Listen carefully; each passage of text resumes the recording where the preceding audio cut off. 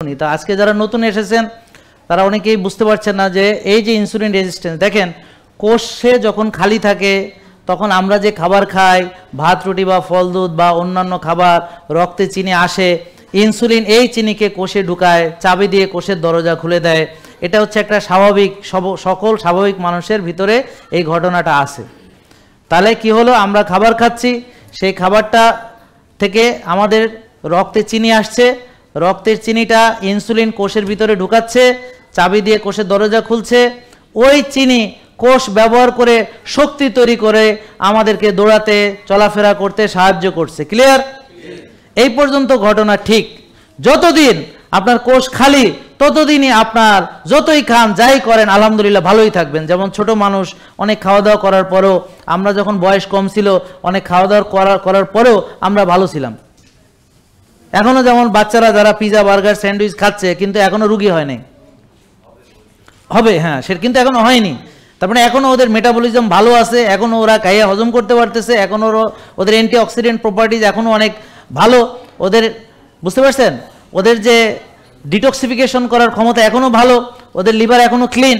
কিন্তু এই যে ক্লিন অবস্থা, এইটা আস্তে আস্তে বয়স বাড়ার সাথে সাথে, এবং সে যেমন ফুটবল খেলা ছেড়ে দিয়েছে, আমরা যেমন ছোটোবেলায় যে অ্যাক্টিভিটিগুলো যখন ছেড়ে দেই, তারপর চাকরি করি, চাকর হয়ে যায়, তারপর আসিয়ার যাই অফিসে, আর ওখানে যে বসে বসে ডেস্কে জব করি,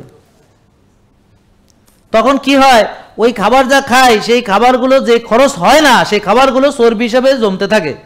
সহজভাবে বুঝাচ্ছি আর কি, আরও জটিল প্রক্রিয়া, গ্লাইকোজেন হয়, তারপর হচ্ছে যে ফ্যাট হয়, আমি জটিল করতে চাচ্ছি না। সহজভাবে, এটা ইম্পর্টেন্ট না আপনাদের বিষয়টা বোঝা, ইম্পর্টেন্ট হলো কি করলে ভালো হবেন সেটা বোঝা। আপনাকে ডাক্তার হতে হবে না, কিন্তু কি করলে রোগী হবেন না সেটা জানতে হবে। তাহলে তবুও যাদের মানে ওই যে হুমায়ার যারা বুঝেন নাই, তার মানে হুমায়ার মানে হইলো কোষে জায়গা নাই, কোষ বলতেছে আমারে আর কত খাওয়াবি, আমি আর পারি না, এবার তোরা একটু খাওয়া থামা। হ্যাঁ, তো সে তো আর এটা মুখে বলতে পারে না, সে বলে যে আমার শরীরে চিনি ঢুকাবি না, খবরদার। তো কি করবে, কবে যে বেটা ইনসুলিন তুই খালি চাবি দিয়ে দরজা খোলো আর খালি চিনি ঢুকাও, দে তোরে ওরে ব্লক মার। তো সেই ইনসুলিনটা ব্লক করে দেয়, এটার নাম হলো ইনসুলিন রেজিস্ট্যান্স। ধরেন একটা সুন্দরী মেয়ে, অনেক ছেলেরা তার নাম্বারের মধ্যে খালি ডিস্টার্ব করে, তা এ কি করে, ব্লক করে দেয়। কি ব্লক করে, ছেলের কপালে ব্লক লিখে দেয় না, ওর নাম্বার ব্লক করে দেয়।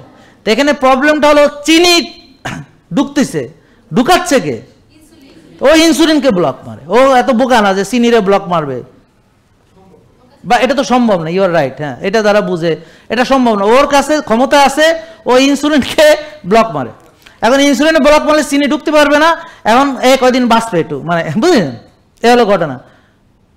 এখন এই যে ব্লক মারলো এটার নাম হলো, ও বাধা দেয়, বাধা দেয়, এই বাধা দেয়, এই বাধা দেওয়ার নাম হলো রেজিস্ট্যান্স। IR বলেন, ইনসুলিন রেজিস্ট্যান্স, এইটা বুঝলেই হবে। তাহলে বাধা দেয়, কেন দেয় বলেন, জায়গা নাই। বলেন কি কেন দেয়, বলেন ওভারলোড।